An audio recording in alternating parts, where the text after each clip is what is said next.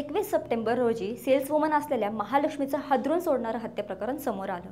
आरोपीने अत्यंत क्रूर आणि निर्दयीपणे महालक्ष्मीची हत्या केली होती।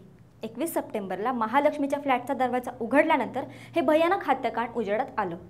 मुलीचा फोन बरेच दिवस बंद होता, म्हणून महालक्ष्मीची आई मीना राणा लेकीच्या घरी गेली। आईसोबत महालक्ष्मीची जुळी बहीण सुद्धा आली होती। त्यांनी फ्लॅटचा दरवाजा उघडला तेव्हा त्यांना मोठा धक्का बसला। घरातील दृश्य पाहून दोघी मोठ्याने किंचाळल्या। खोलीमध्ये सर्वत्र रक्ताचे डाग होते, छोटे छोटे मांसाचे तुकडे पडलेले, सामान विखुरलेलं आणि दुर्गंधी येत होती। तिथे उभं राहणं सुद्धा कठीण होतं। आई फ्रीजजवळ गेली। तिने फ्रीजचा दरवाजा उघडताच आतमध्ये मृतदेहाचे 30 ते 40 तुकडे होते। जमिनीवर महालक्ष्मीचा शीर पडलेलं। हे दृश्य काळजाचा ठोका चुकवणारं होतं। आता या प्रकरणानं नवं वळण घेतलं आहे। महालक्ष्मीची हत्या कोणी आणि का केली, नेमकं काय घडलं, हे मी या व्हिडिओतून तुम्हाला सांगणार आहे।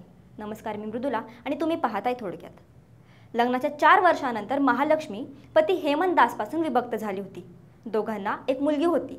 पोलिसांना आधी महालक्ष्मीचा पती हेमंतवर संशय होता।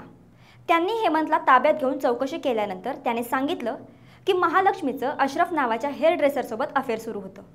अशरफ तिला अनेकदा बाईकवरून घरी सोडायचा। हेमंतने संशयाची सुई अशरफकडे वळवली। अशरफ बंगळुरूमध्येच होता। पोलिसांनी त्याला चौकशीसाठी बोलवलं।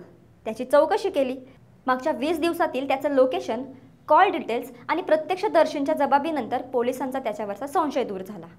पोलिसांनी त्या भागातील सीसीटीव्ही फुटेज तपासले।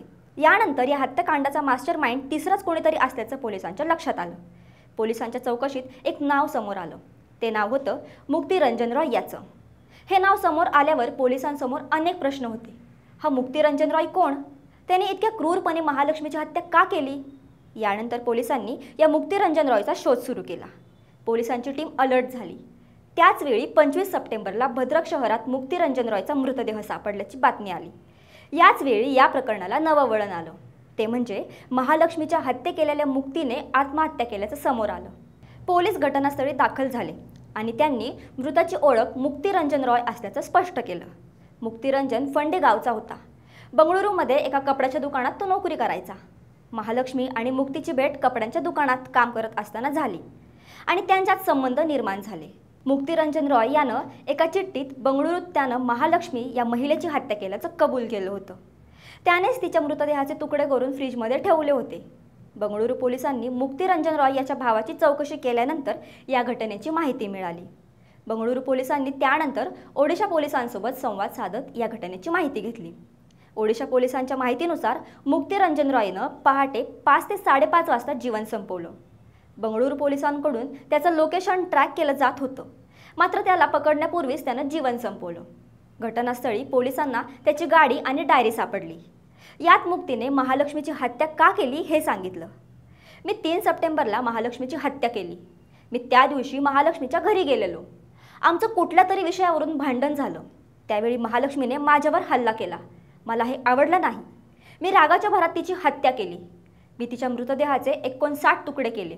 ते फ्रीजमध्ये ठेवून तिथून पळून गेलो। मला महालक्ष्मीचं वर्तन अजिबात पसंत नव्हतं। तिच्या हत्येचा मला पश्चाताप आहे। मी रागाच्या भरात जे केलं ते चुकीचं होतं। मी घाबरलेलो म्हणून तिथून पळून गेलो, असं रंजनने आपल्या डेथ नोटमध्ये लिहिलं। अशाच क्राईम न्यूजसाठी आमच्या चॅनलला सबस्क्राईब करा।